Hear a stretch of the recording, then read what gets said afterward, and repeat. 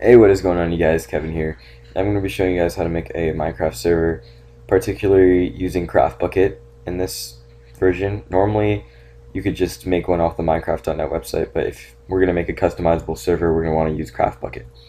Okay, so first of all, you want to start off by going to this link I'll put in the description, and basically it's the Bukkit wiki on how to make a server.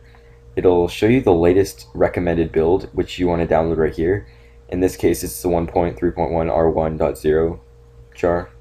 And yeah, so that's all you need. And then you want to copy this, unless you're running Java 32-bit on a 64-bit machine, then copy this.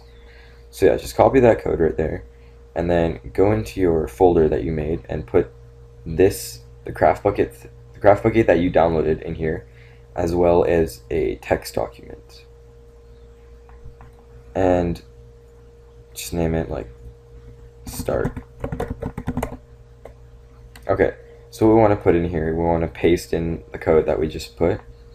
And don't worry about what this is. This is how much memory of RAM. So we're using 1024 megabytes of RAM, which is about 1 gigabyte of RAM that we're going to be using for the server. So that's basically what it is.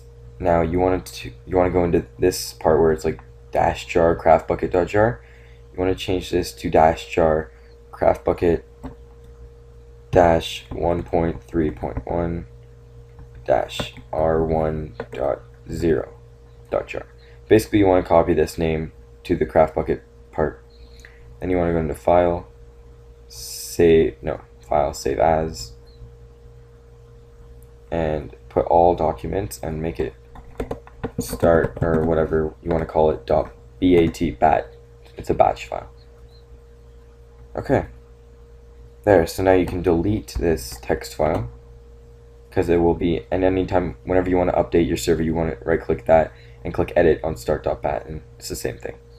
So basically, you have your server now. You want to double click your start.bat, and it will start to load everything. And we just wait until it loads. The first time you run it, since it's starting making a new world, it will be a little laggy when it's preparing the spawn area, but other than that, it shouldn't be that laggy. So we will just wait until it prepares the spawn area. It will only take this long its first time because it's just generating a new world right now. And yeah. Waiting. Okay. And now it's preparing a level 1 seed, yay.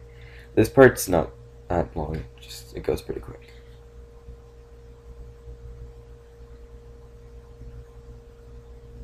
If you're experiencing double numbers when it's preparing a new spawn area, like what I am right now, you're going to want to put more RAM on the server, which I have on my other server, but for the sake of this tutorial, I'm not going to touch anything. Just keep it simple for you guys for now. And it's almost done, hopefully. You'll see like all of these folders it'll make. I'll talk about it in a sec.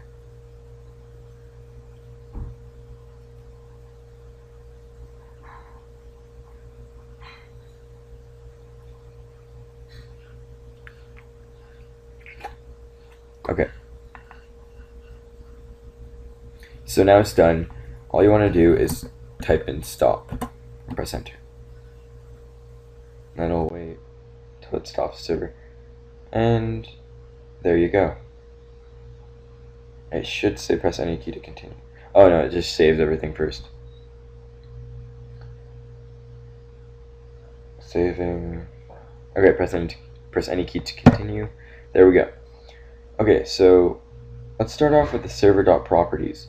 This is your server properties. It'll range from all configuration to message of the day to your server name. So I'll go through the configurations real quick. Allow nether. Basically, it's simple. Do you want to be able to go into the nether? Yes or no, true or false. What do you want your world name to be called? So basically for the people that download maps, like let's say you download a map called Bukkit Survival. You would take that world, put it in here, just put it in here to no specific area, and then you would want to name the level name to whatever that folder is called. And enable query, I don't know what that is, just leave that for now. Allow flight. If anyone's like using a fly mod, it'll kick them. Keep it false unless you want people flying around on your server. Keep the port to 25565. Normally you would put it to something else, and yeah, I'll be right back. Okay, sorry about that. So yeah, you want to leave the port to 25565. Level type is default unless you want to do like super flat, or I think it's large biomes now, the other version. Archon is basically a program. It's like a server managing program, and it's complicated. You don't want to keep it to false unless you know what you're doing. But yeah, for default, keep that false. Level seed, self-explanatory. Server IP, keep that blank. Like, just keep it blank for now. Don't worry about it. Max build height, I'd leave that blank too, unless, because it could crash your server. NPCs, self-explanatory. Whitelist. If you want to set this to true, if you set whitelist to true, you will have to go into your server folder and add your friends' names to this whitelist. For example, let's see, your name is Dirt Boy. You would put it right there, and then let's say you have a friend named Op. Say put it there, and each enter is a line. So their name could be like this long. It wouldn't matter as long as you have it in a separate line. So yeah, whitelist, basically it'll only let those people on this list connect. So it's up to you on whether you want to keep that enabled, but I usually don't. Spawn animals, snooper enabled. Snoopers, basically, it's a new feature they added to Minecraft. It just takes system data. Just leave that true for now. Yeah. Texture pack. If you're using a texture pack, you would just put it in here, and you would type the name of the texture pack, and it would have the server texture pack. Everyone that would join the server, it'll say, would you like to download this texture pack? They would click yes or no. They would have that texture pack. Online mode. This is basically for cracked servers. Online mode true. Anyone with a cracked client would not be able to connect. Online mode false. Anyone with a cracked client would be able to connect, but that is bad because anyone can log in. People can log in as the owner, and like they could mess up your server and stuff. So I would keep that true. Buy a Minecraft account, keep it to online true. PvP, self-explanatory. You want to hit other players, keep it true. You don't want them to hit other people, keep it false. But normally I would keep it true, and I would use a plugin like factions to keep safe zones, so people don't just hate each other wherever they want. That's my opinion. Difficulty. I think it ranges from 1 to 10, and 8 being the hardest, and I think 10 would be like hardcore. But usually I keep mine on 8 because that's like the hard mode. So yeah, I would keep it to 8 normally. Game mode, what you want your players' game modes to be when they spawn in. Game mode 1, whenever someone would spawn in, their game mode would be 1. They would be in creative mode. And yes, just keep that on 0. Max players, how many people do you want to be able to connect to your server? Spawn monsters, generate structures. View distance, don't touch that. Just keep it at 10 for now. And message of the day. Basically, when people are looking at your server, that little message underneath the IP, it'll say that's the MOTD, message of the day. So yeah, now we want to save this. And now there's your permissions. Don't touch this unless you know how to code permissions. There's plugins for it, so I normally don't touch this. Ops. This is for you and whoever you want to make pretty much an admin of the server, and server operator. This is my Minecraft name, so I would put my name as a server op. And for example, Yuri's name, he's part of Nerdizzle, put his name there too. So these are the server operators. I put them here, and they would have every single command. Their names would be highlighted in red, and they would have all the commands of the server. And banned IPs, just like that. Don't touch that. Banned players, all you need to do is put their name. Like for example, you'd put their name in here. They would not be able to connect to the server, but normally you could just type ban, like on the server console, you could just type ban and then their name, or ban IP and then their name. it's much easier than having to do this. Bukkit.yml, you might want to have Notepad++, it'd be better to view it in. Basically, it's just more settings. I'm pretty sure you guys all get this. I don't need to explain this. And yeah, that's all we need for the server configuration. Now I'll show you guys how to pretty much port forward. So yeah, I will be right back when I have everything set up for that. Okay guys, I'm back. So for port forwarding, you want to open up your CMD command prompt and you want to type in the command ipconfig.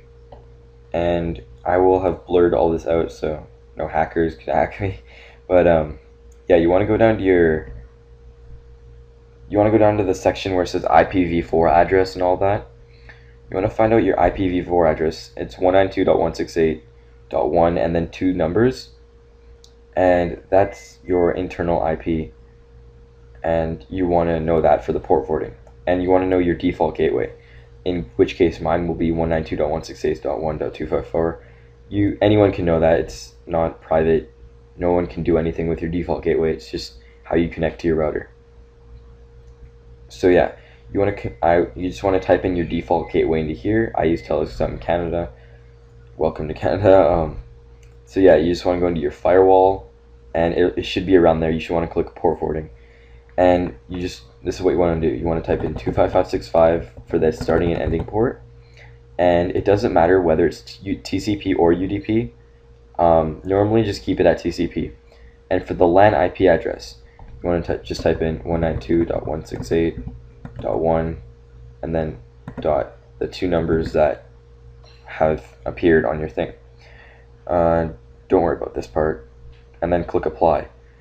And I've already done that, so down here you'll see start end port 25565, protocol TCP, your IP address, the start and ending port, and don't worry about the remote IP address. And that's basically it. For some routers it'll be different, but it should be around the same thing.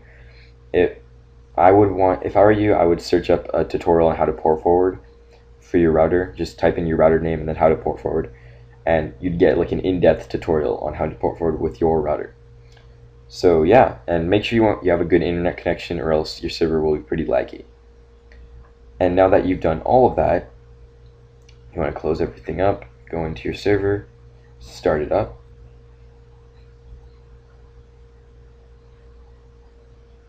Wait till it loads, and you'll notice it'll load the world much quicker, like this. Boom, boom, boom. Level 2, 97%. And there. Close that up, and now I will be right back once I open Minecraft up. Okay. Start up Minecraft.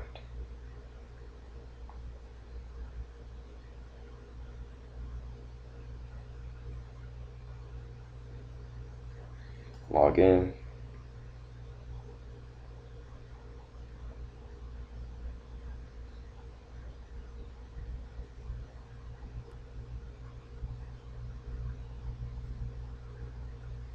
And once you go into multiplayer, it will be right here. This is your message of the day.